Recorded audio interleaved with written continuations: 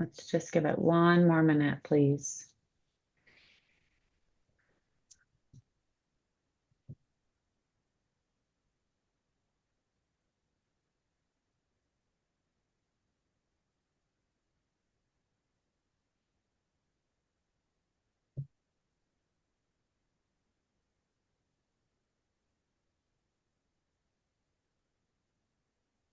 Okay, we have a couple more members joining us.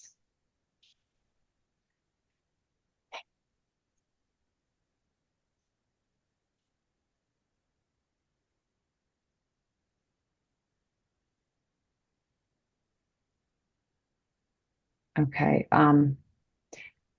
Lorraine, I guess we can get started, and Mark. Okay. I'd like to call the December 15th, 2025 PDASC meeting to order at 2:02 p.m. Christina, can you please call roll? Yes. Sorry, I'm still letting people in. Pallavi Aurora. Pallavi Aurora. Renee Bovell. Renee Bovell. Sean Brown. Sean Brown. Angela Bryant. Angela Bryant.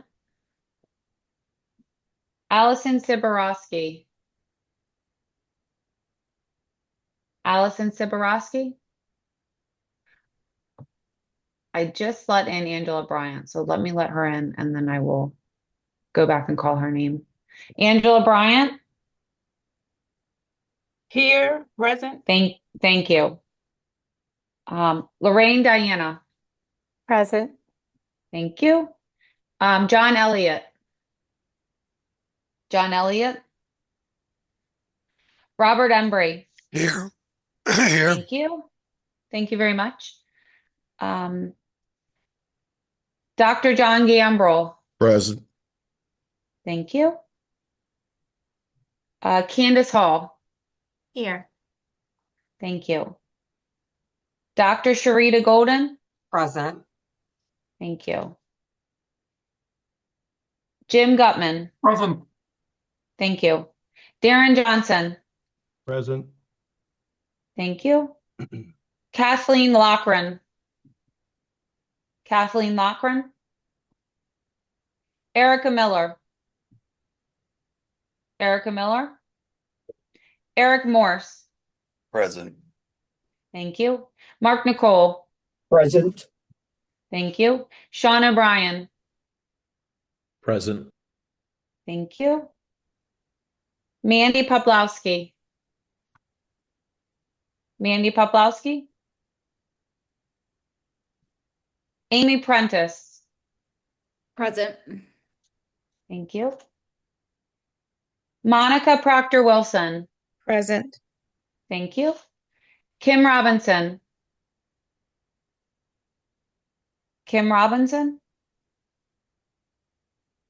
Glenn Schneider. Glenn Schneider. Kelly Schultz. I'm here. Thank you.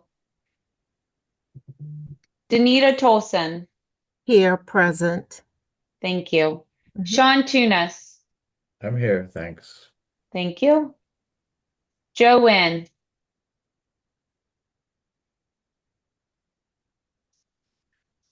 Joe Wynn. Co-chairs, we have quorum. Thank you, Christina. Next, I'd like to move to a motion to approve the August 25th meeting minutes. First, we need to approve the last meeting minutes. Do I have a motion to approve the minutes as drafted? This Dr. Tolson, I move that we approve the meeting minutes from the last meeting. And the second? So moved, Jim Gutman. All who approve say aye. Aye. Aye. Aye. All opposed say nay. The minutes are approved. Thank you. Now we'll take an opportunity for public comment. Christina, did we receive any public comments? Yes, Mark, thank you. We received one written comment, which was shared with the PDESC and also posted to the website. We have one request for oral public comment today. This person will have 1 minute and 30 seconds to speak. Please state your name, the organization, agency, employer, or other entity in which you are affiliated, and whether you're a consumer and the agenda item that you would like to address, and then you can start your comment. Mr. Derek Flowers, are you here today with us? I am. Thank you, Christina. Do you want to state the organization that you're representing and then the agenda item you're speaking to, and then I can begin the timer? Of course, Derek Flowers with the Value of Care Coalition, speaking about the legislative, or rather the administrative update and also the cost reviews for Trulicity and Ozempic. Great, you may begin. Thank you. Well, good afternoon, and thanks for the opportunity to speak. As I said, I'm Derek Flowers with the Value of Care Coalition. We appreciate the Stakeholder Council's advisory role, and today we ask you to actively use it. The board has repeatedly said that upper payment limits are just one tool in the PDAB toolbox, and that non-UPL options are equally, if not more important to affordability. Yet more than 2 months after directing staff to develop implementation plans for specific non-UPL policies, there's still no timeline, no framework, and no public progress. Despite that inaction, the board is moving forward with drug-specific reviews for Ozempic and Trulicity. That puts the cart before the horse, advancing reviews that could lead to payment limits without first establishing how non-UPL tools will be evaluated, prioritized, or applied. They've developed a detailed UPL framework while remaining silent on how alternative policies would apply to drugs like Ozempic and Trulicity. The board's annual report to the legislature further muddies these waters by listing board-identified policies it wanted to pursue, but then recommending a separate set of policies to the legislature, all contrary to prior statements that non-UPL policies would advance in parallel to upper payment limits. So our request to you is straightforward. In your advisory capacity, please formally recommend that the board pause additional drug-specific reviews until it publishes clear, time-bound implementation plans for all non-UPL policies. Ask the board to clearly explain sequencing, priorities, and how these tools will work together before proceeding with additional reviews. Patients and providers deserve clarity, and this council is well positioned to insist on it. Thank you so much. May I ask a question of Mr. Flowers? Who do you represent other than yourself, sir? The Value of Care Coalition. And Thank who finances that coalition? As a 501c4 organization, our donors are not disclosed. Okay, understood.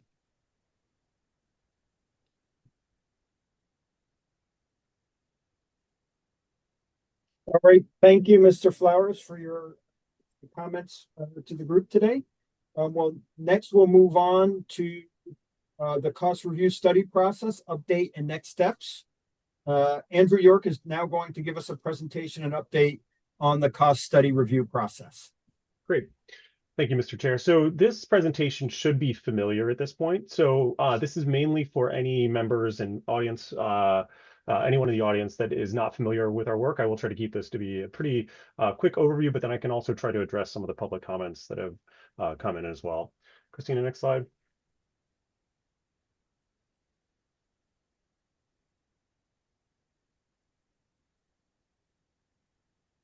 Sorry, Andy, I'm trying. Yeah, I'm no stuck problem. Yeah, here. sorry. I know you're doing multiple Let things. yeah, let's see if it works now. Okay. Okay, perfect. Yep. Okay, next slide.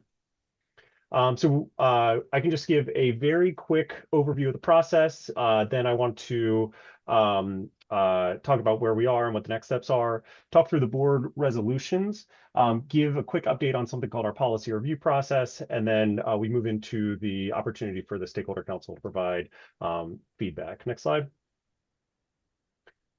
All right, next slide. Okay, so our board has made preliminary determinations on Farxiga and Jardiance, and the Stakeholder Council went through this process of providing feedback as part of the information gathering and the policy review process for those drugs.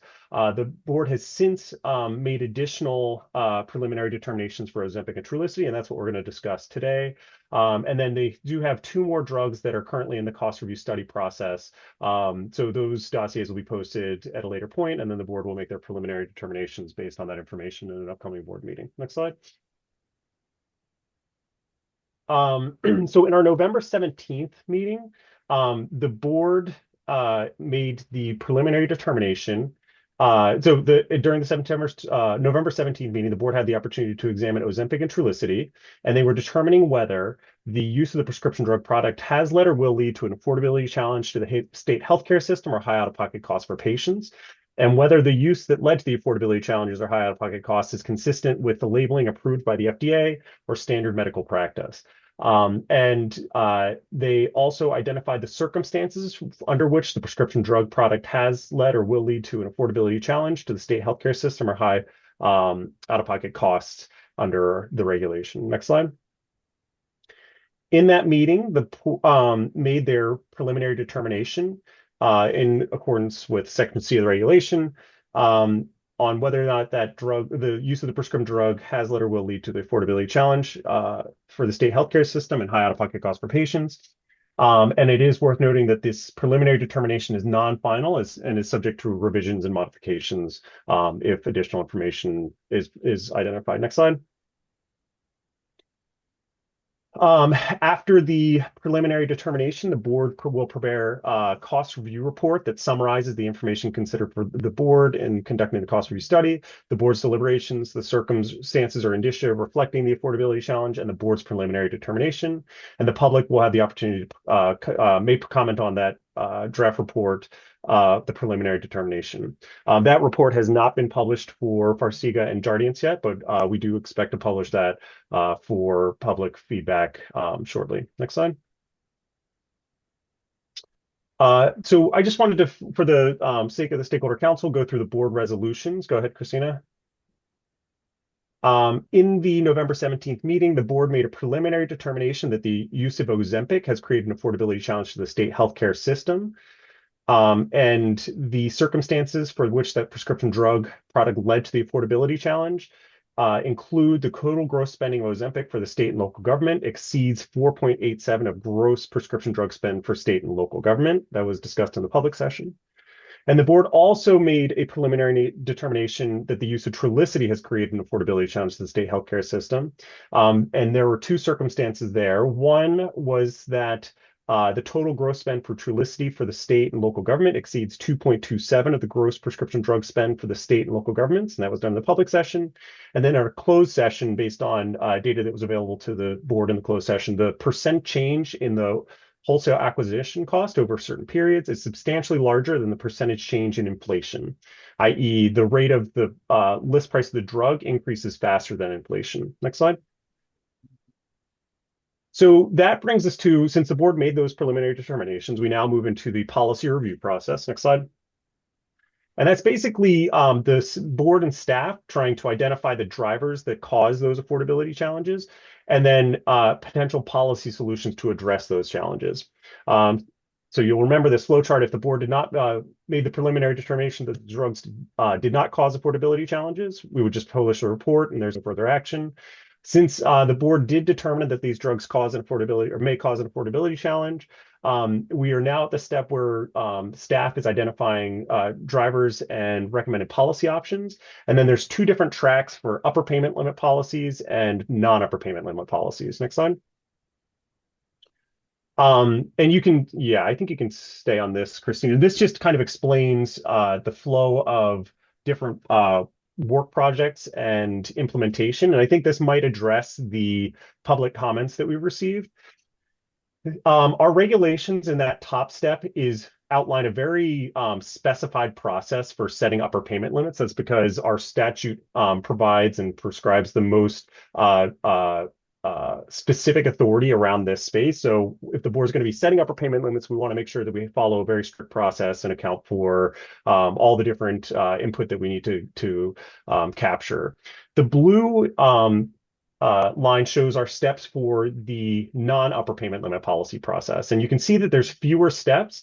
It's not because these policies are less important, but it's because there are less specified requirements in our statute and in our requirements. So basically, the staff gathers information on those policies, which we're doing right now. Staff identifies the drivers and potential policies, so non-UPL policies. I'm going through the second one now. The board provides feedback And then the staff updates recommendations and drafts resolutions. And then the board would adopt final resolution. So there's just fewer steps in that process. For Farsiga and Jardiance, the Stakeholder Council may remember that you did provide ideas and feedback on different policy solutions. And the board recommended that staff move forward with looking at and making recommendations around a WACC inflation penalty, wholesale acquisition cost inflation penalty, policies around delinking the PBM reimbursement from rebates, and then also create a patient navigator program to help support patients and get access to different resources that exist. And then finally, the board did recommend moving forward with upper payment limits, which is why there's this kind of separate and ongoing process there. The final action on all of these will be occur in one meeting. So there's going to be the draft of the cost review study report published, get public feedback. Then the drafts of the final actions on the non-UPL options will be published at least as board materials, if not earlier than that. And then the upper payment limit is going through its current process. And then the final step there is that the board would publish proposed regulations. So all the upper payment limit work will be done through regulations. So hopefully that clarifies. Mr. Johnson, go ahead.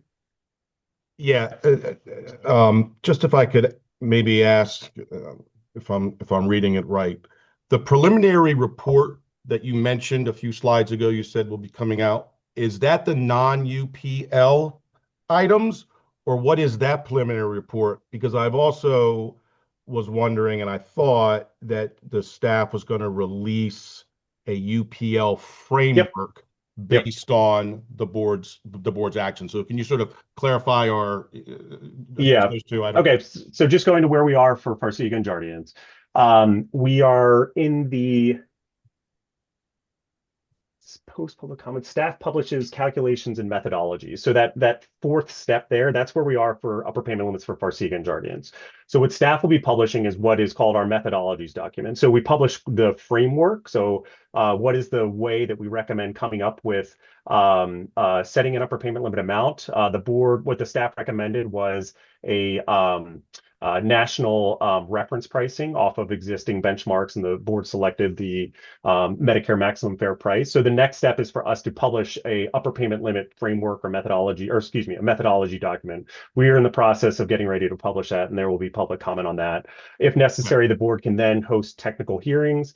Any changes to the methodologies based on public feedback and technical feedback would be published again for public comment. And then that once there's no more additions or changes to the methodology document, then the board would receive proposed regulatory language to vote on in their meeting as the final action around the upper payment limits. Do you see that framework by the end of the year or beginning of January? I don't have a specific timeline on that. I do think the board would like it as soon as possible. So I think staff is working as quickly as we can to publish that information. Why did we choose the Medicare maximum as opposed to the average Medicare price? It's a good question. And I think the presentation is recorded. So I can, Christina, maybe we can send that around to the Stakeholder Council, but I will try to summarize their discussion.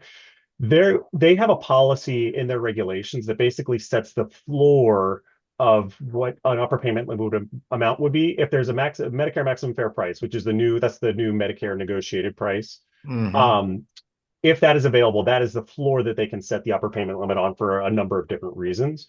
But in that presentation, we did give them a range of other domestic reference prices we could use. So we used a number of different federally published prices.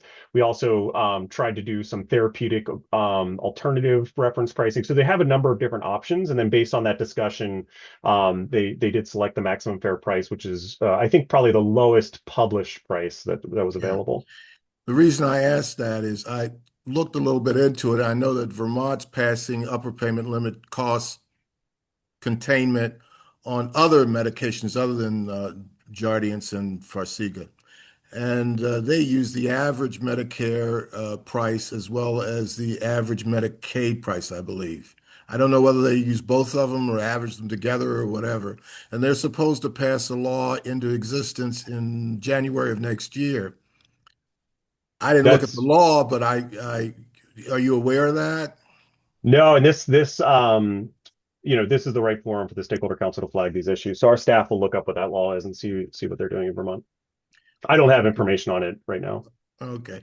I remember last meeting, there was concern about patients losing access to medication because of set upper limits. I doubt that that's true because of the way that many of these drugs are being publicized and advertised. The advertising budgets alone, along with the amounts that they're giving as loss leaders to get people to use the medications, not just for diabetes, but also for weight loss, seem to be fairly exaggerated. And I'm sure they're not losing money uh, putting forth these loss leaders for cost to get patients to use the medications. Okay. Yeah, Do you that's have any helpful idea feedback. does that what I'm saying make sense to you? I understand what you're saying. Yes, Yeah. yeah, and we appreciate the feedback. Yep, that's very helpful. Yep. So we'll look into that Minnesota or the Vermont law. We'll take a look at Mhm. that, and we'll see if we can get more information there. But then the feedback you're providing, staff is taking in, and it's very helpful. Okay. And then Dr. Tolson. Hi, good afternoon, everyone. I want to know the deadlines. I know we have um, everything set out, but what is the deadlines for everything in order to push it forward? And if we need to, because I know they're going into session, and if we Mhm. need to, I just want to make sure we're on schedule, because I would like to see everything approved, that we're pushing this forward. Understood. Yeah. So we appreciate that, and I think we're getting the same feedback from the board that they would like this process to move as quickly as possible. All the deadlines that we have are usually contingent about on different milestones and meeting dates. So in terms of like when comments are due, they're usually based on like when we publish a document, and then we'll set up a comment deadline and things like that. So right now there's no hard deadlines. And we don't have anything that precludes us from doing work during session. But I think as we think through implementation and things like that, we just need to understand how our work overlaps with other, cycle, like, business cycles and things like that. So I don't think there's any hard deadlines, but we are thoughtful of how our work impacts other timelines. And I think our board, wants us to see, wants us to be working on a quicker cycle. So I think in the future, we would like to move on more of an annual cycle as much as possible. So, Dr. Thank you. Tunis? Yeah, no, thanks. This is really helpful. And yeah, I would also kind of raise my hand and say, yeah, I'd love to see, some of the kind of board's final actions, I guess their proposed regulations kind of, happen as soon as possible. But I appreciate all the diligence and process you're put in place to make sure everybody has a chance for input. The question I had was, for the non-UPL options, where at the end of your blue line, you have the board adopts the resolutions.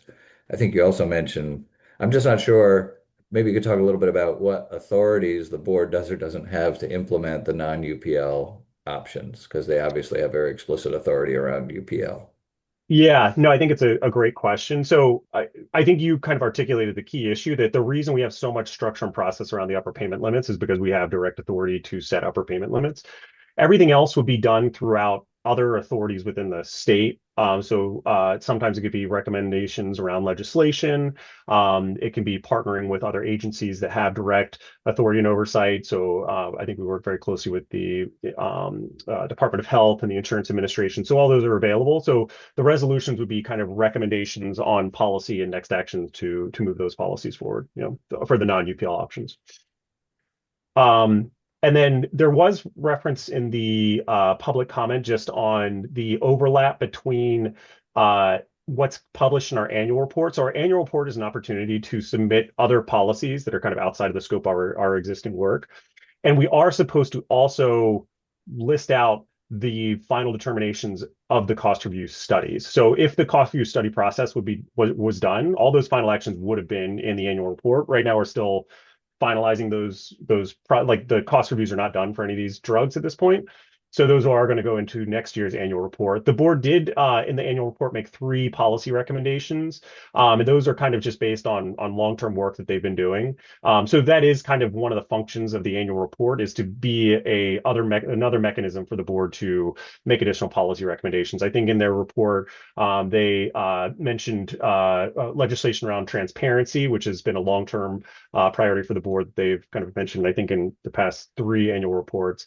Also, the Navigator program seems to have a very direct kind of next steps that can potentially be done through legislation, and then also promoting biosimilar competition is something that the board has kind of had in their annual reports for, I think, a couple of years now. So there is recommendations around specific legislation for those 3 policies, and in the annual reports you'll see recommendations beyond what's just included in the cost review studies, but it will also summarize any final findings in the cost review study reports. How effective, has there been any study to indicate how effective non-UPL versus UPL cost containment have been? Not necessarily. How Yeah, effective is non-UPL? the non-UPL bucket is a very large bucket. So I would say it's difficult to do. You can almost do like one-to-one comparisons on the impacts of specific policies. But there's just so much that can happen in that non-UPL bucket that it makes it difficult to say a comparison of like upper payment limits versus non-upper payment limits as a whole. And the way that the non-UPL policies work is that they usually are like, so, and we'll go over this. That's kind of the next step in this, is just kind of articulating what we're doing. So the board, identifies what they call the circumstances in the data. They identify the kind of the what. We see this in the data that indicates is an affordability challenge, either due to high cost to the healthcare system or high out-of-pocket cost to patients. So then where we need to go is then we look at the why, which is what we call our drivers. Why does this market condition exist? And then our policies are supposed to derive from those quote unquote drivers. So that's kind of what this is we're trying to identify specific problems and then make policy recommendations to address those specific challenges. And so, yeah. What I find hard to believe is that any non-UPL cost that is not legislated would be very effective in bringing down costs. I just find that very hard to believe in a capitalistic system where everybody's out to make a profit. And I find it hard to believe that a UPL should not be utilized, because these are not uncommonly used drugs, and they're being marketed in a very common way to the general public at some cost to the pharmaceutical companies. So they're absorbing that cost. There must be some way that cost is added into the cost of the drugs to the public at large. Yeah, that's helpful. I'm not yeah, no, we appreciate the feedback. And I think it's something that the Stakeholder Council can continue to weigh in on. I think for today's conversation, the board is asking for feedback on their specific circumstances that they found. So we can see if that kind of links in. But we appreciate your feedback, and I think it's well Okay. provided. All right. All right.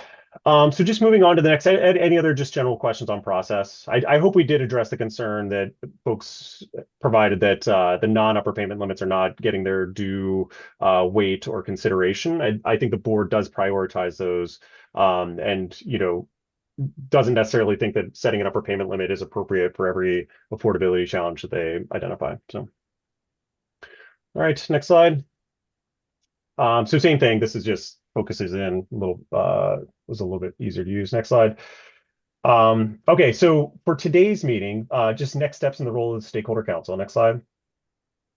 So we now are, for Trulicity and Ozempic, are entering the policy review process. So the purpose of this process is to confirm the drivers and market conditions causing the affordability challenge, and then identify the policies that may address those drivers and redress the affordability challenges. Next slide.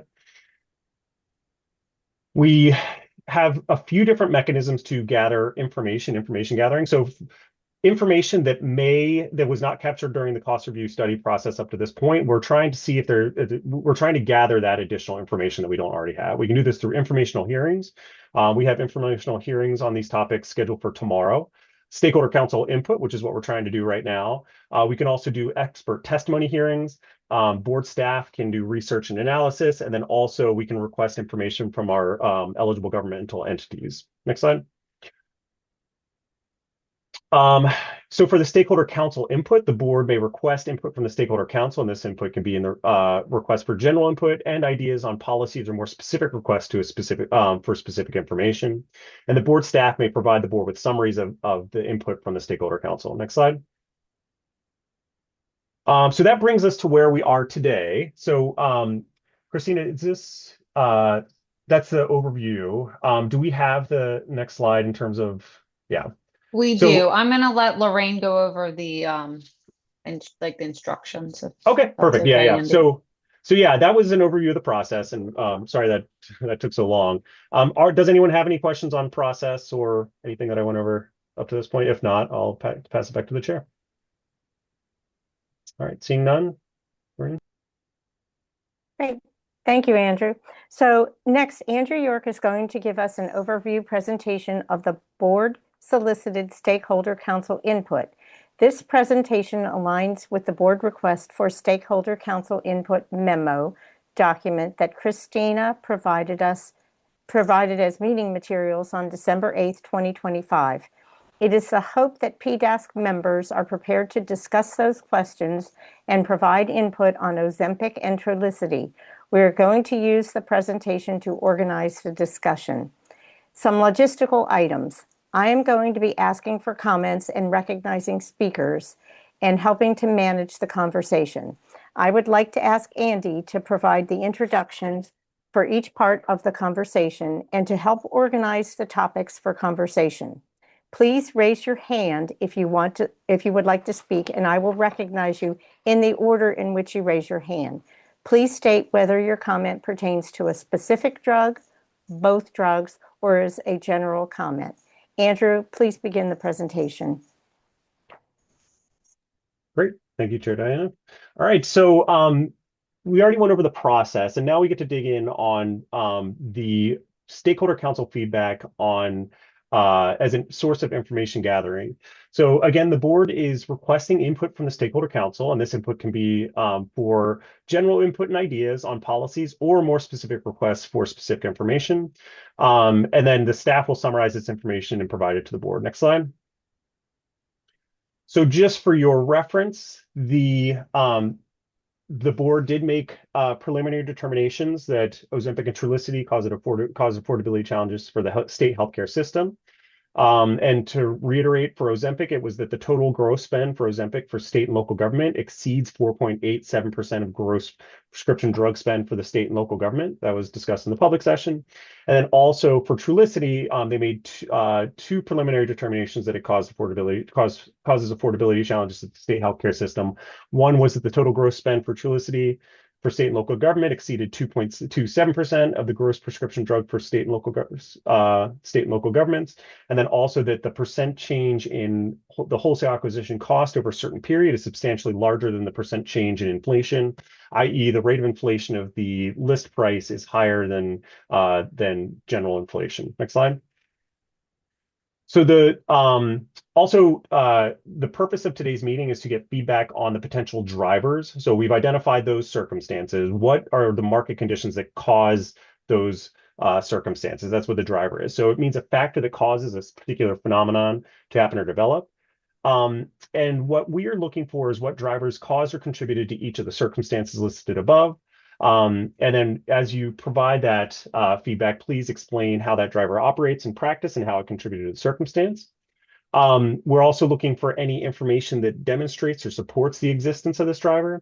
And then we're always looking for policy solutions or policies that could address the driver and how they address the driver. For each policy, we ask that you suggest the strengths and weaknesses of policy, the possible implementation of policy through legislation, regulation, or enforcement, and then also potential impacts of the policy. All of these requests for stakeholder council input, again, were provided to the stakeholder council in a memo that was provided. So these should the topics of discussion here should align with the memo that was received by the stakeholder council. So with that, I think Chair Diana, we can open it up for feedback and discussion. I think again, the first, and then we do have a series of example questions. So I think maybe if you want to open it up for general feedback to begin with, and then depending on how that conversation goes, we can go into some of these example questions. Thank you, Andrew. Great.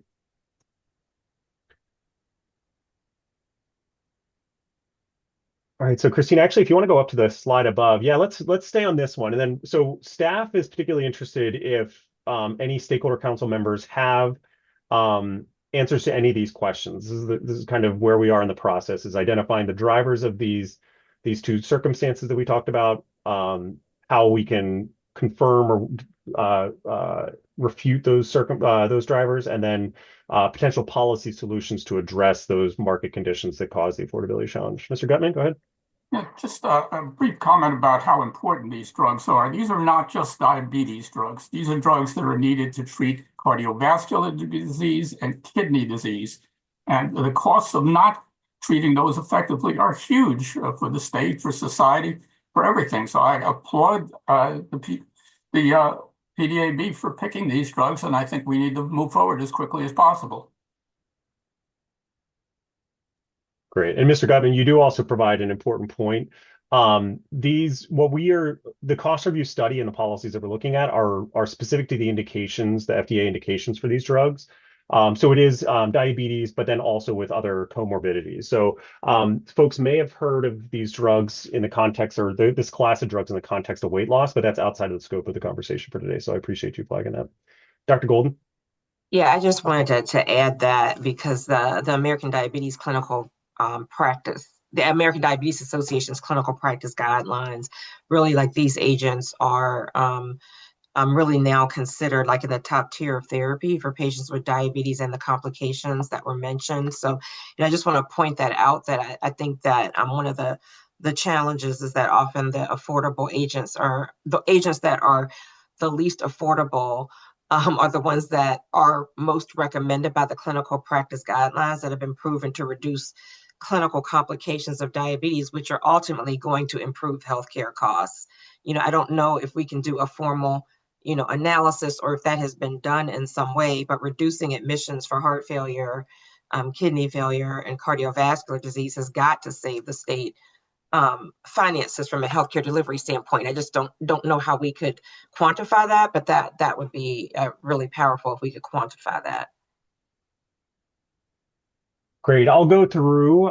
We did do a lot of research on cost and comparative effectiveness, and that did account for comorbidities and outcome like bad outcomes averted and things like that. So I can take a look and see if we can summarize that, and then we'll see if there's anything we can do in terms of that analysis at the state level. Yeah. I think yeah. a dollar amount would be helpful. I'm sure it's like millions or billions. If there was a way to, encapsulate that in a dollar amount, I think that'd be valuable. Okay. Yeah, staff can take that back. Okay. Any other feedback on what market conditions could cause these drugs to make up a significant portion of the gross spend, all the total gross spend for state and local government, or what may have caused the wholesale acquisition cost to increase faster than inflation? Mr. Johnson? Thanks, Andy. I think there's what you just said, I think are two separate things. The WAC is separate from perhaps the total gross spend by the state. I agree with Dr. Golden and Mr. Gutman that these drugs are life-saving for many people, and they're ones that are being used, and for clinical purposes are ones that are being used. I think what you've seen, and I don't know whether it's programs, and I said this last time, I believe, as well. I don't know whether the state, whether the counties or certain organizations had programs in place or implemented programs, perhaps, to address some healthcare issues of their clientele base. And so you see increased utilization of these products. So obviously, if you have increased utilization of the products, they have expanded clinical use for the people that are needed, you're going to see an increase in the gross spend. Now, that's the gross spend.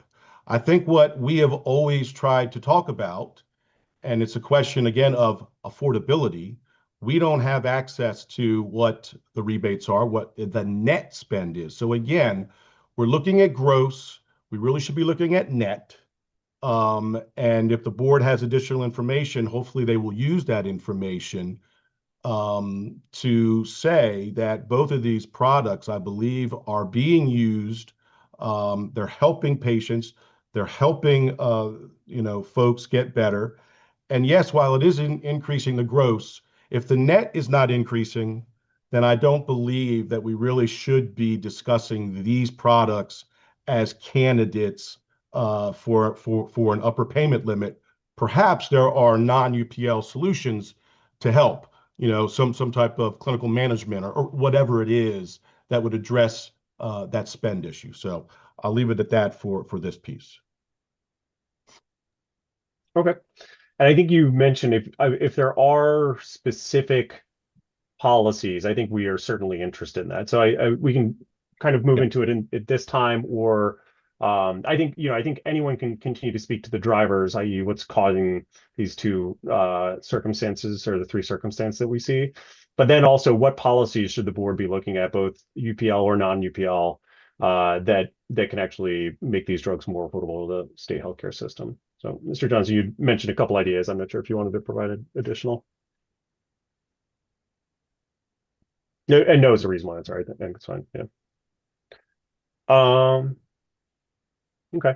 Also, Chair Diana, I just realized I may have been calling on folks when you were supposed to do that. I'm sorry about that. It's okay, Andrew. I'm happy to do it, or if you want to continue, that's okay too. I may hand it back over to you if that's okay, but I will, once this is on, I can tee up the next round of discussion. So I guess let's see if there's any other comment here. Hello? Yep. It was mentioned before that pharmaceutical benefit managers are increasing the overall cost to the state of these medications and that some intercedent might take place to limit the profit that the pharmaceutical benefit managers are making between the pharmacists and the actual acquisition by insurers. Has that been looked at all?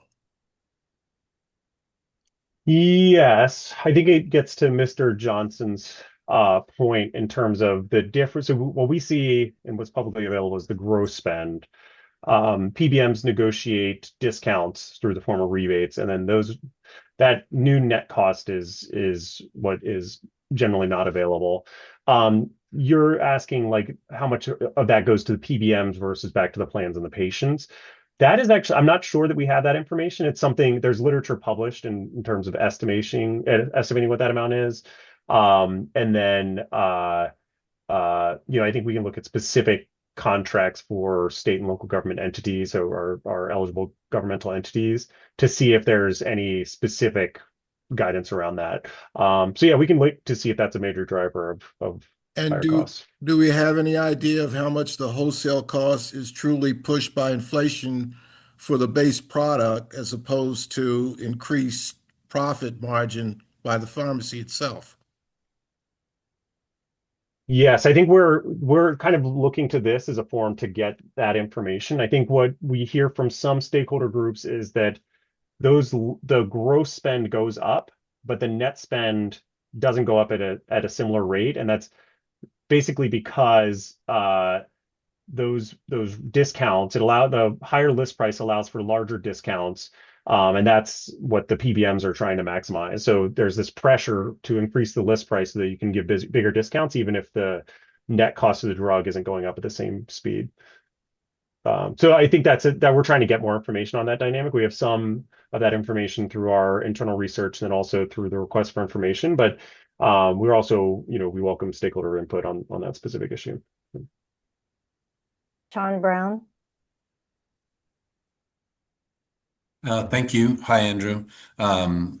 So just thinking through the timeline, these are preliminary decisions to sort of look into whether Ozempic and Trulicity cause affordability problems.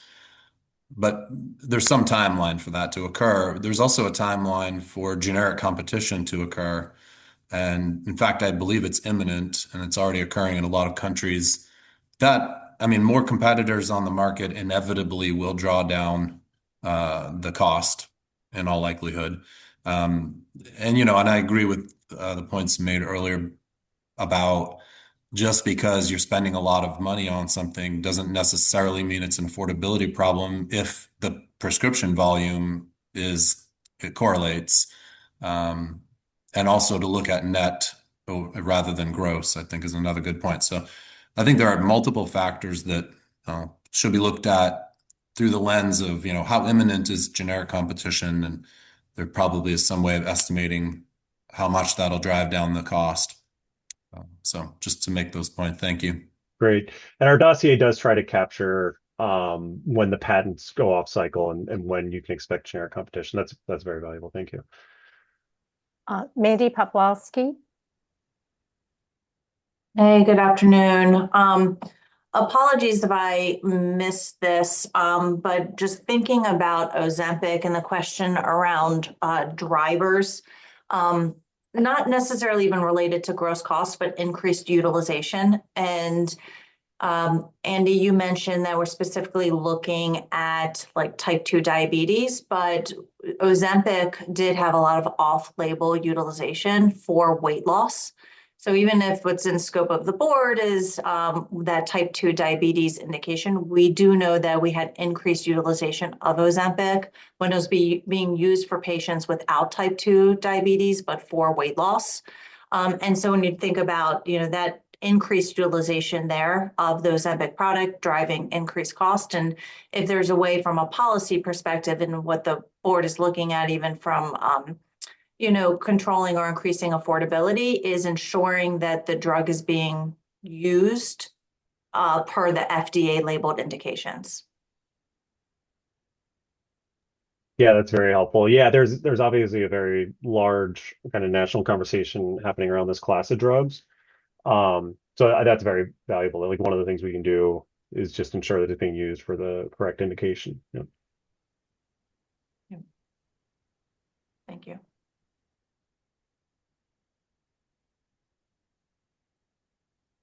Sean O'Brien. Just two follow-up points.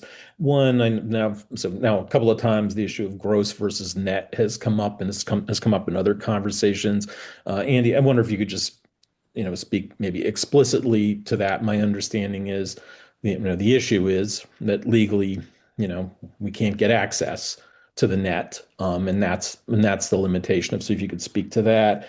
And then on the point about off-label, I guess the use question is, and because we're dealing in this instance with a relatively limited set of players, especially when we're talking about the state employee health plan and the county municipal plans, do they have prior authorization in place that requires a diagnosis of type 2 diabetes or being pre-diabetic in order to approve the coverage? Because my understanding is, especially with these drugs, because of the attempt to use them for the off-label use, that many plans have implemented those limitations. So I think that's directly relevant given the sort of the narrow scope of payers we're talking about for purposes of the UPL at this point in time.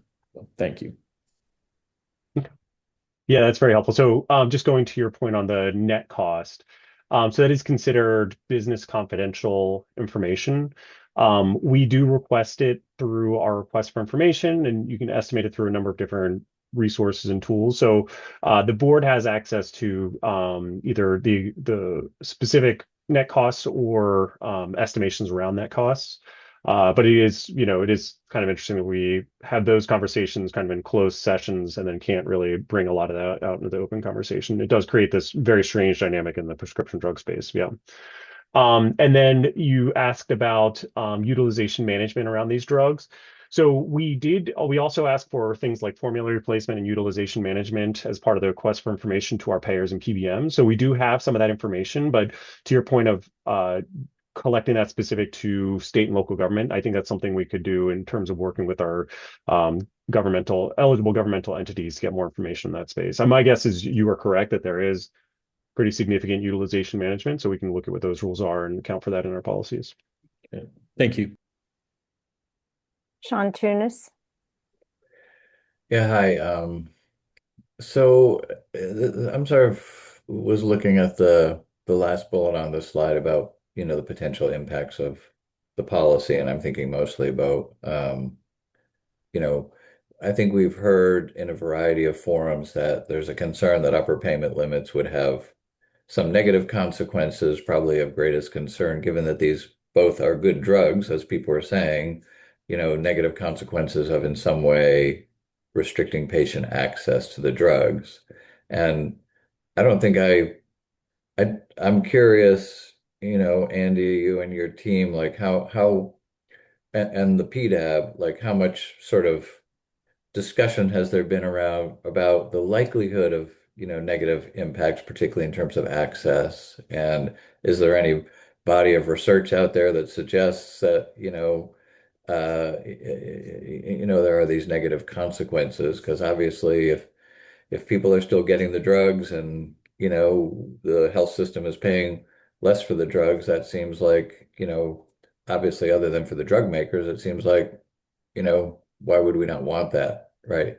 So anyway, just curious to what extent. And I guess the other piece of that is, are there plans in place to actually look at that, when these policies are implemented in Maryland, particularly the upper payment limit, whether it does create any, issues of access and availability of the drugs? Great. Thanks for the question. Our so we've heard these concerns and we agree that it's a top priority to ensure that we're avoiding unintended consequences. The way that we've designed the implementation to not impact the supply chain and only be done through supplemental rebates, we think addresses a lot of the potential issues related to access. So I think Mr. O'Brien actually flagged some good issues around utilization management that we'll also want to account for. We have not seen any issues around access. I think Medicare's first round of maximum fair prices and negotiated prices will be implemented starting in, I think, January 1 of 2026. So that can be an interesting case study to see if there's any issues there. The other frameworks that we look at are, again, we reference the Massachusetts Medicaid program and the New York Medicaid program as how we are thinking about implementing upper payment limits. And we have not heard of any access issues there, but we can do additional research. To our plans, we have to do something called a monitoring plan. So we actually, on the front end, need to articulate the steps that we're going to take to monitor for unintended consequences, including access issues. So that'll be published separately, but we are looking at a series of there's two different terms. There's like active surveillance and then passive surveillance. So plans for us to proactively reach out and try to identify if folks are having trouble, and then also receive input from different folks within the supply chain, letting us know if they are running into any access issues. So that'll be all part of the monitoring plan that will be published before upper payment limits go into effect. Good, thanks. Looks like we Andy, I got. also wanted to point out the comments in the chat if that's what Yeah, you were thank you. about to say. Yep. Thank you. Okay. Great. Yep. So from Dr. Hall, one of the drivers may be that there's increased levels of patient awareness just through commercials and social media. So that also might be a driver for increasing utilization and increasing spend. That's a very good comment. And a comment from the public.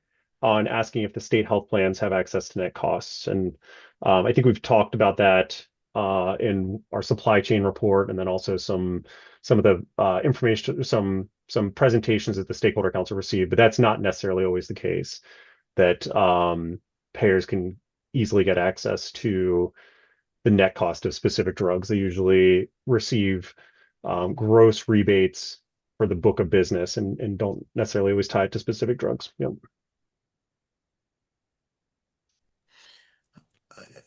I've seen advertised discounts to patients independent of insurer. And these are I assume national advertisements, which would appear to me that there's some flexibility in cost to the pharmaceutical companies that are manufacturing these products. Any comment on that? I mean, substantial discounts to initiate medication for patients. Of course, they have to go through their caregivers, their physicians to get them, I would assume. Yeah. Yeah, and this is one thing where we just need to make sure that we are staying within the existing indications, so diabetes. But you are mentioning there's been a lot of announcements around GLP-1s, which I think both diabetes, but then also for weight loss. And there are nationally advertised significant discounts in the to consumer space, so they don't go through insurance. And then you can get them for a much lower cash price that are all published now. I think the staff will continue to do that as part of our analysis. So the purpose of this meeting is just to get any input from the Stakeholder Council, but I think we'll separately be looking into that. And I can just let you know what we've seen publicly is that there is a lot of movement in this direct consumer space with substantial discounts off the list price. You see this a lot. I think this was in one of the presentations we received. Yeah, so I think Dr. Ben Link maybe presented to the Stakeholder Council this summer, kind of talking about some of the direct consumer programs. And so for instance, the Cost Plus, Mark Cuban Cost Plus drug company produces the drugs at a acquisition cost plus nominal markup that they publish and advertise. And what they find is that they actually can't get covered by insurance because of the PBM structure that we had mentioned before, that you need to basically give substantial discounts through the form of rebates to get onto formulary. So he was actually having trouble getting onto formulary. So that might explain how these direct-to-consumer prices are showing up. There is also some discussion about the risks associated with this direct-to-consumer space, because then you can have patients taking drugs that other providers are not aware of. Like one of the things that an insurer does is almost like a safety check. They can see all the drugs that are being covered by the patient, and they have pharmacists like Dr. Poplawski that can kind of flag potential interactions and things like that. So that's just one potential unintended consequence of this direct consumer movement that we're seeing that we might want to keep aware of.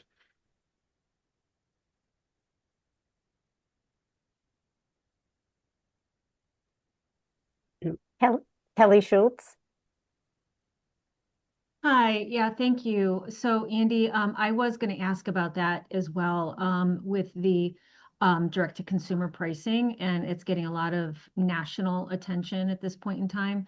And I know that we did have a presentation on it. Actually, when I started hearing more of the national conversation, I was wondering, honestly, does PDAB, I mean, if this is going to be a national trend, then is there a role for a state prescription drug affordability board if there looks as if there's going to be action being taken as a whole country? Number one. Number two, this, and I'm sorry, I was on the call last week when you were discussing with the board the report for the state, the annual report. And so I did not get to read the full report, but I was just wondering if this topic was in that report, since there was a presentation on it, because I know that the report did not list for the state legislators the other options, the non-UPL options. And so I was wondering if this is also not in that state report, And then if not, what would be the proper protocol for the stakeholder council to submit something possibly separately to legislators, since they have a report that really doesn't contain all of the public comment that was received to the board? Okay. So first question was a lot of action at the federal level. How does that interact with the state? I think in short, I think states would love for this to all be managed at the federal level. I think these prescription drug affordability boards were like created at a time when there was not much happening at the federal level. So I think as much as we can build on federal work, the better. I'm not sure exactly what the proposal would be for. You were basically specifically talking about the direct consumer model, and then is there a need for prescription drug affordability boards if that is happening? I think they kind of address separate issues, but I think we would certainly want to build on that.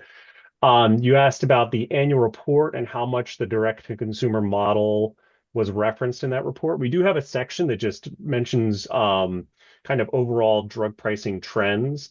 So that does have a section on the GLP-1s and also the direct to consumer model. I think just describing it as a trend and a point of discussion and a kind of something that was happening over the course of the year. Then the last thing was recommendations in the annual report that don't necessarily reflect what's been done as part of these cost review studies. And I would just say again that they're almost two separate steps. So anything that is done through these cost review studies and recommendations that come out of this process will be included in an annual report. There's nothing that's final to be included in this year's annual report, so there's nothing in there, but they will be in the 2026 annual report. There were three kind of legislative recommendations separate from the work that's done here. I think anyone on the stakeholder council is welcome to engage the legislators. Like I think the things that we try to propose are the ones that have, as much support and consensus as possible across the board. So we want to have some sort of process where we come up with those recommendations. But if there's other things that different members throughout the stakeholder council want to submit, I mean, you're welcome to directly engage the legislator there. And then you'd also mentioned about public comments not being available to the legislator. I think we try to log all of our public comments and make them publicly available. And I think we're happy to share those with legislators at any point. So if there's specific things we want to pass the legislators, let us know. Dr. York, this is your counsel. If I might specifically address the issue, Ms. Schultz, as Dr. York referred to, the regulations and the whole process actually does not have a final determination with respect to either UPLs or non-UPL policy actions. And so the timing of this annual report would have forced the board to be publishing something which they actually haven't taken a final action on. So as Dr. York was suggesting, this will be included in the next report, whatever those recommendations and resolutions with respect to non-UPL actions are. It's just that because of where they are in the process, there's not yet a final determination or a final action. Thank you. If you had specific recommendations around policies around like a direct consumer model, I think that's what this forum's for. So if you have specific recommendations, I think we're certainly interested.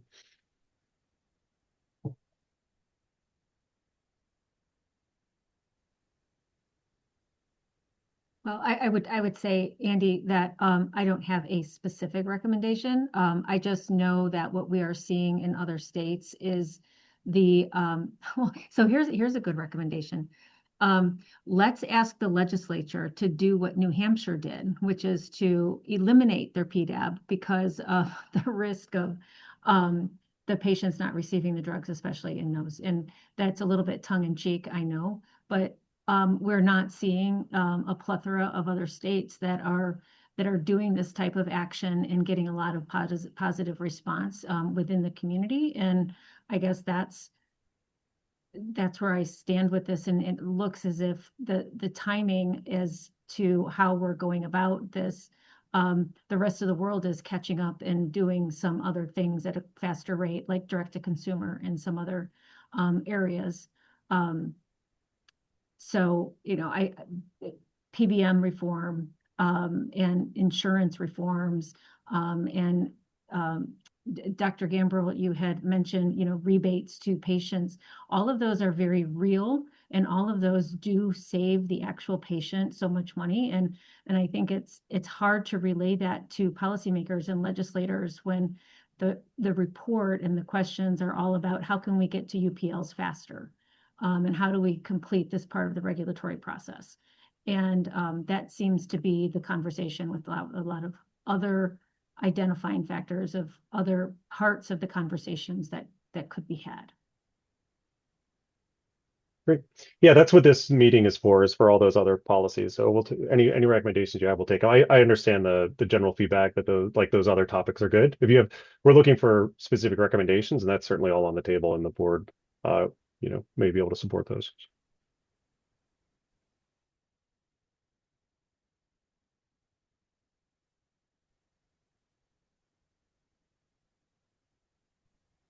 Chair Diane, if there's any, we do have some other specific questions that we can go through. The Stakeholder Council doesn't necessarily need to have any input on these, but I'm happy to walk through some additional questions if that's helpful.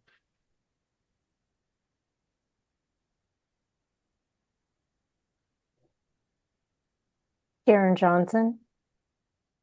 Yeah, and Andy, you may be getting to the additional questions. And you had mentioned the WAC increase, I believe for Trulicity, or the board had mentioned a WAC increase was one of the reasons why they thought it was unaffordable or made an unaffordability determination. I think it's, and again, I said this, I think last time again on the prior two drugs, that there are a lot of other items, inflationary pressures within the whole system that go into looking at price increases. So, WAC isn't just a sort of a cost plus price. There's a lot of other things that go into it. And so just for the board to say, WAC increased without maybe knowing exactly what the increase was based upon. Was it based on a lot of other life cycle management issues that drugs go through all the time? Or was it something else? I don't know. I don't know that. The board may know that. But if they don't, maybe there should have been questions asked for that, going forward. So that's just what I want to say on the WAC piece. I think I'd mentioned it last time before, that I don't really think that that's sort of a real indication of sort of unaffordability. And so to get to your point you made a little bit ago, a direct recommendation that I would say that the staff should make to the board is for both of these products, there should be no UPL adoption, and that the board should look at non-UPL solutions to address some issues once they find greater information, or if they have that information, how they can work on that. Okay. And then, sorry, are there specific non-UPL policy recommendations that we can take forward to them? Again, I mean, we've mentioned it, Ms. Schultz mentioned it before. I mean, again, a lot of these issues are either driven by the insurance product, I'm not saying the companies, the insurance product that individuals have, or they're driven by actions around the PBMs, and you've mentioned it, that you have a list price, but there's rebates and there's a net price, and because of some actions that PBMs do, those net prices aren't getting down to the patient. So those are the issues that we have mentioned, the industry has mentioned a lot. I think a recommendation of the staff should be the board should support or request that the legislature put in a rebate pass-through bill, whether it's 100% of the rebate, whether it's a certain percentage of the rebate, should go directly to the patient and deal with that. If you want to deal with direct-to-consumer other areas, maybe that's something to look at, but something that could be done right now, this legislative session, that would save consumers millions would be a rebate pass-through piece of legislation that the board supports. Great. Yeah, I think the That would be a board. recommendation. Great. Yeah, thank you. Thank you. Sean Tunis. Yeah, just a couple of thoughts. I mean, I we've all been at this for a while, and I feel like, UPLs is the upper payment limits is kind of like, gotten several years of conversation, and the board's ready to move forward with it. And, I as a, policy person who's been involved in this for a long time would love to see the board, go ahead with their implement the upper payment limits or whatever they have, whatever the process mechanism is, at their meeting at the end of January, and just like, you know, kind of move it forward. If it turns out there are unexpected negative consequences to the policy, then, we can deal with those then. But it just seems like it's gotten, an enormous amount of due diligence. And it was my understanding, I don't probably need to confirm this, but my understanding is that, when the Colorado PDAB implemented their upper payment limit on Enbrel, the savings estimated at $32 million a year to Colorado taxpayers. And so, you may want to confirm that, but it seems to me like the mechanism works. We've had lots of deliberations. The PDAB has been very careful and cautious, and you all have been incredibly diligent. So it seems to me like, yeah, there's lots of other policy options to consider that might, have reasons to, aspects that are attractive, but it's sort of like, this is the tool that the PDAB has the authority to apply, and I'd love to see them go ahead and do it.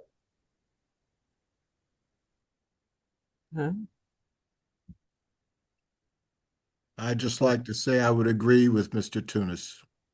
I third it. This Dr. Tolson. Dr. Tunis. Okay, hopeful. Chair Diana, we would be interested in some of the additional questions. I know we're over the hour mark, so I do want to be sensitive to everyone's time, but we also want to give everyone the chance to weigh in. There are a couple example questions that staff is looking for additional feedback on. So if you don't mind, I might go through these, see if anyone has feedback. If not, that's that's fine as well.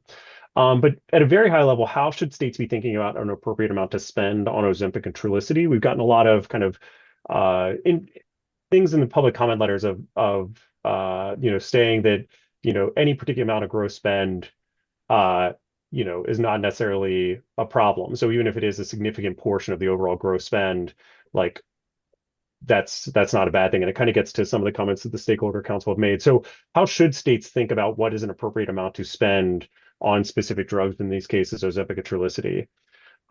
Then also, Dr. Golden already referenced this, but does the cost of the drug help reduce spending in other healthcare services? How should we think about these reductions when evaluating the gross spend on the drug? And then finally, we did see in the Trulicity dossier, it's just that Trulicity has kind of a changing place in therapy. So we're trying to understand if Trulicity in particular has potential changes in gross spend moving forward, just based on its currently placed in therapy. So we welcome anyone's feedback on those, though if folks don't have feedback, that's fine as well.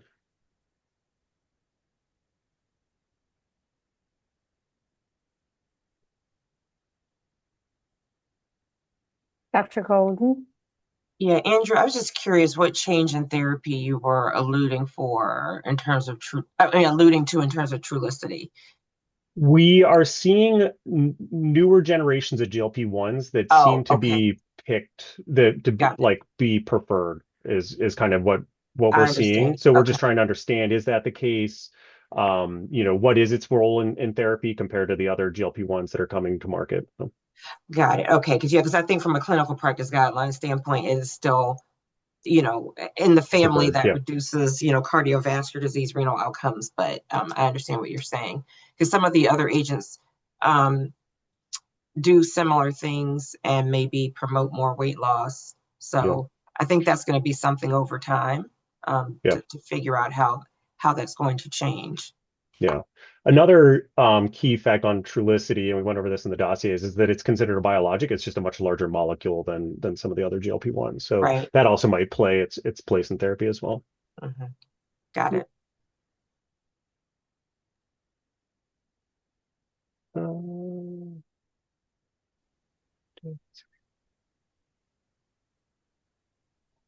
Well, Allison, this is very helpful. We see your comments in the comments. This is helpful.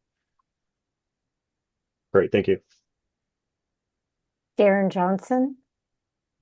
Oh, yeah. I was just going to say, I think it was mentioned earlier and here, if there's generic competition coming and if there's other products that are sort of more favorable, then may utilization be reduced in Trulicity in the future? I don't know, but if that's the case, it would seem to me that, again, do you want to go through a whole UPL process for a product that may or may not, be worth it given competition that's going to come down? That's, there's going to be other market factors that are going to address sort of the cost issue. So again, something that I would say which would lean towards not doing a UPL on such a product. Okay, that's helpful. And yeah, if there's, and this, maybe through other public comment, if there's hard numbers that can help us understand these trends, I think we're interested in that. The process, I think, is important because these won't be the only drugs where this concern will come up. There will be drugs in the future, pharmaceuticals, where the same cost concerns will come up. And if you have a process in place to control those costs, where you assess the basic costs and then set a top payment, once the process is in place, then others can be adhere to the same process. Other drugs in other fields, because we're coming along with all kinds of future drugs, some that now are costing in the millions of dollars for individual diseases that are limited to very few people. And this will be an argument that's going to be ongoing for the public.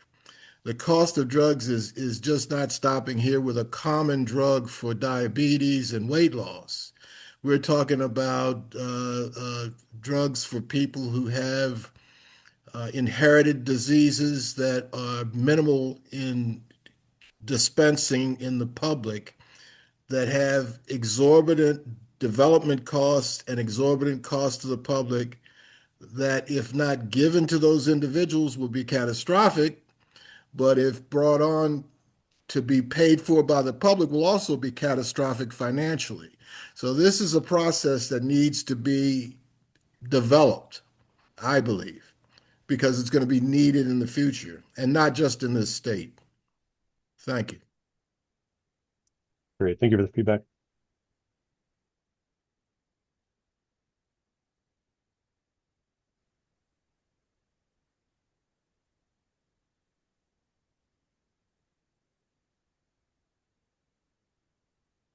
Okay. Then Christina, seeing no more comments on these questions, if you want to go down to the next one.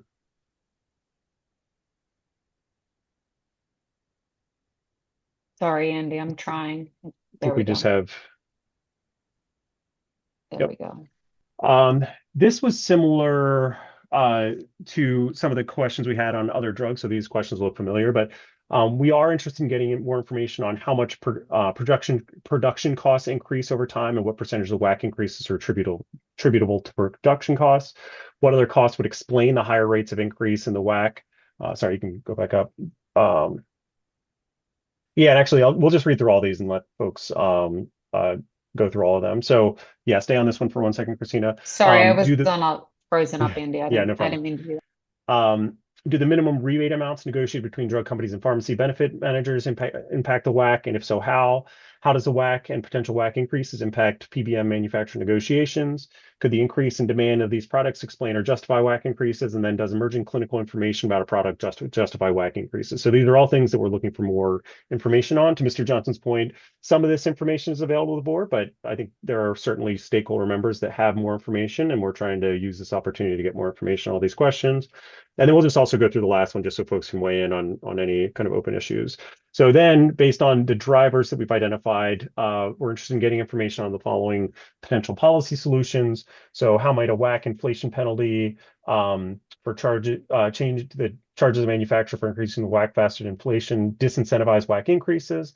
What changes to PBM contracts would discourage WAC increases? How might an upper payment limit change the incentives for WAC increases? How would the application of an upper payment limit to the drug impact formulary placement of the drug? And then what frameworks or contextual information should be considered for each drug if setting an upper payment limit? So I think we welcome any feedback on any of those issues, and then we'll use that to close out the conversation. Andrew, can we go back a second? There are a couple of comments in the chat that maybe before we move on to Sean's comment, we should address those. They came while you were talking. Okay, so from Ms. Schultz, we had a comment that the process for setting upper payment limits is not tried and true, and there's only one other state that's done that and there are restricted in utilizing upper payment limits. And then Dr. Hall mentioned that we need to allow for space for patients with lived experiences in public forums to weigh in on their healthcare costs in relation to their cost of living, especially patients with multiple chronic conditions. There may be circumstances where they need to make trade-offs on paying a utility bill, for example, versus their medication. And Dr. Hall, that's very valuable feedback. I think we are looking for opportunities to get more patient feedback. Right now, they can do it through public comments, so written comments during any of our public comment periods, or they can testify for the board. And then the broadest one is through our informational hearings, such as the one that's scheduled for tomorrow. And then Ms. Zebrowski was commenting about Dr. Gambrill's comments. The comments, were they specific to the patient, these treatments specifically, or just about the process as a whole? Not sure if that articulated that. So, Dr. Gambrill, if you were talking about the importance of going through the process, were you specifically talking about Ozempic and Trulicity, or just the exercise of going through the process? It seems like that's what was asked. I'm talking about the exercise and going through the process of controlling the cost of medications. These medications will come and go. There'll be new medications coming up. If you looked at, I believe it was 60 Minutes this Sunday, they discussed some inheritable diseases where you had they were called orphan diseases, where very few people have the disease, and companies have developed products that can cure these diseases. And the problem is that because of the cost of development, the disease cost is in the millions of dollars and unaffordable by these families. This is an extensive problem that does not exist for most pharmaceuticals. But the idea of the cost of pharmaceuticals exceeding the public's ability to pay is going to be an ongoing problem. Now, these will probably disappear. Trulicity and Ozempic are probably going to be spun up in the wind. But the problem will continue to exist, and you have to have a process to control the problem of pharmaceutical costs for public consumption. If you don't have that, this is always going to be an argument to come forward. And the pharmaceutical people are going to push for any cost that they can get.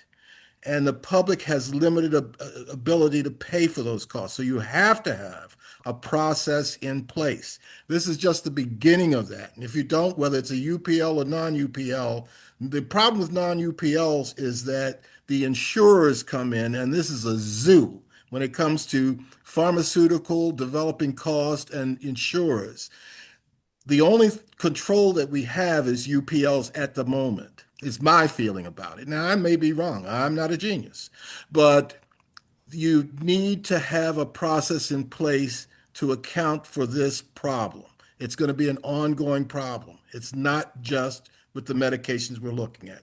Thank you.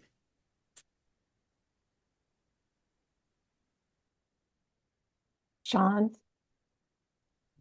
Yeah, on the issue of WAC increases and what explains them, this is more of a comment in the form of a question, is in the case of any of the particular drugs that have been identified here, is the manufacturer coming and explaining that? It would seem if there's cost increases due to increase in manufacturing costs, I would assume the manufacturer can come into the board and actually, using non-public information, explain that it was the cost of inputs, for example. So I would hope that's happening. And obviously they're going to have insights into the rationale behind and the causes behind the WAC increases that nobody else is going to have. So that's it. Thank you. Yeah, we appreciate the feedback, and different stakeholders do have the opportunity to provide this information through the request for information. So we did receive some in that space. And then that is kind of, again, the purposes of the stakeholder council input. There's stakeholder council members that have insights into the different parts of the supply chain that are not available to the board. So we do want, that's why we're coming to the stakeholder council for this input. And then also informational hearing. I think we would, to your point, that's another opportunity for manufacturers to provide this information, and then also throwing at the public comments. So agree that we would love different stakeholders to have this information to provide that through these different mechanisms. Yep.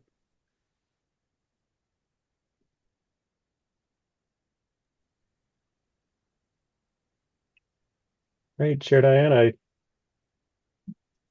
Seems like conversation is concluding.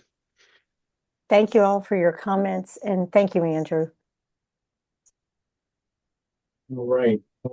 I would like also to echo my thank you for today's very robust discussion. The information in this discussion will be discussed with the members of the board. Next, I will turn it over to Christina for the administrative update. Thank you, Mark. So first of all, I want to introduce one new member to the PDAS.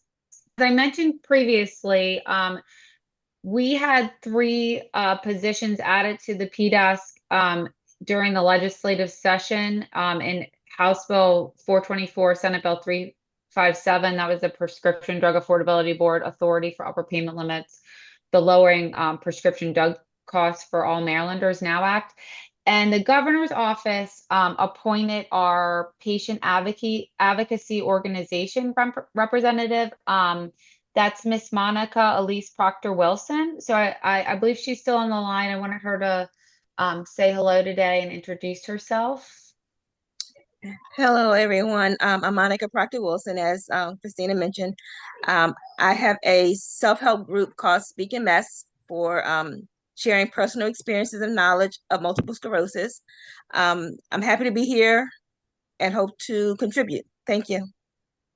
Thank you. And we're happy to have you. Up next, as Andy mentioned in his presentation, we have informational gathering hearings occurring tomorrow under COMAR 1401-0504D1.